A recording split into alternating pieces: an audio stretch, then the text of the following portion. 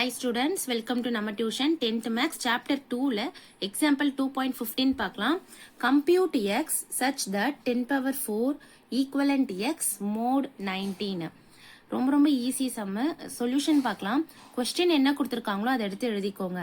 இப்போ இங்கே 10 பவர் 4 இருக்கா, ஃபர்ஸ்ட் நம்ம 10 பவர் ஸ்கொயருக்கு கண்டுபிடிக்க போகிறோம். 10 ஸ்கொயர் வந்து 100 10 ஸ்கொயர் ஈக்குவல் டு 100 போட்டுக்கோங்க. ஈக்குவலண்ட் எக்ஸ் இருக்க இடத்துல 5 போட்டிருக்கேன். மாடலு 19. இந்த 5 எப்படி வந்தது? 100 19ஆல டிவைட் செஞ்சு பாருங்க, உங்களுக்கு ரிமைண்டர் 5 வரும். அந்த 5 தான் இங்க போட்டிருக்கேன். இப்போ இங்க இருக்க இந்த பிளேஸ்ல இருக்கிற வேல்யூஸ் வந்து ரிமைண்டரோட வேல்யூஸ் தானே போடுவோம், அதுதான். இப்போ 19 வந்து 100ஆல டிவைட் பண்ணீங்கன்னா உங்களுக்கு ரிமைண்டர் 5 வந்திருக்கு. அந்த 5 தான் இங்க போட்டிருக்கோம். இப்போ இது வந்து 10 ஸ்கொயருக்கு, இவங்க 10 பவர் 4 கேட்டிருக்காங்க. அப்போ என்ன பண்ணணும், 10 பவர் 4க்கு இதை அப்படியே ஹோல் ஸ்கொயர் பண்ணலாமா?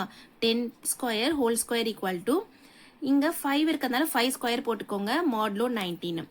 10 பவர் 4 ஈக்குவல் டு 5 இன்டூ 5 25 வருமா? மாட்லோ 19 அப்படியே போட்டுக்கோங்க. இப்போ என்ன பண்ண போகிறோம், இந்த 25 வந்து இந்த 19ஆல நம்ம டிவைட் செஞ்சு பார்க்க போகிறோம்.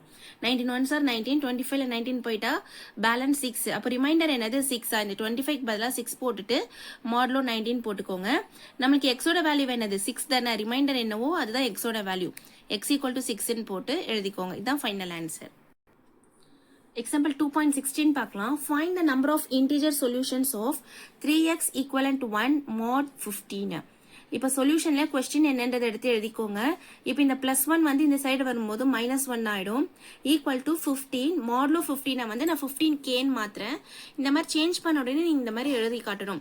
ஃபார் சம் இன்டிஜர் Kன்னு. சில டைம் Nனும் சப்ஸ்டியூட் பண்ணுவோம், அப்போ Nன்னு வரும். 3x equal to 15K. இந்த -1 வந்து இந்த சைடு வரும்போது +1 மாறிடும். எக்ஸ் ஈக்குவல்டுன்னு கொண்டு வர போகிறோம். அப்போ இங்கே மல்டிப்ளிகேஷனில் இருக்க 3 வந்து இந்த சைடு வரும்போது டிவிசிபிள் ஆகிடும். 15K + 1/3 வரும்.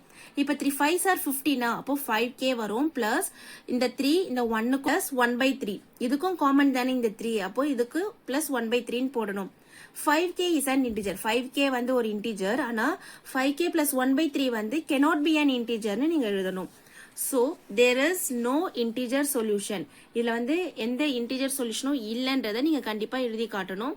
இதுதான் ஃபைனல் ஆன்சர். தேங்க்யூ. லைக் பண்ணுங்க, ஷேர் பண்ணுங்க, சப்ஸ்கிரைப் பண்ணுங்க, நம்ம டியூஷன் சேனலை சப்போர்ட் பண்ணுங்க.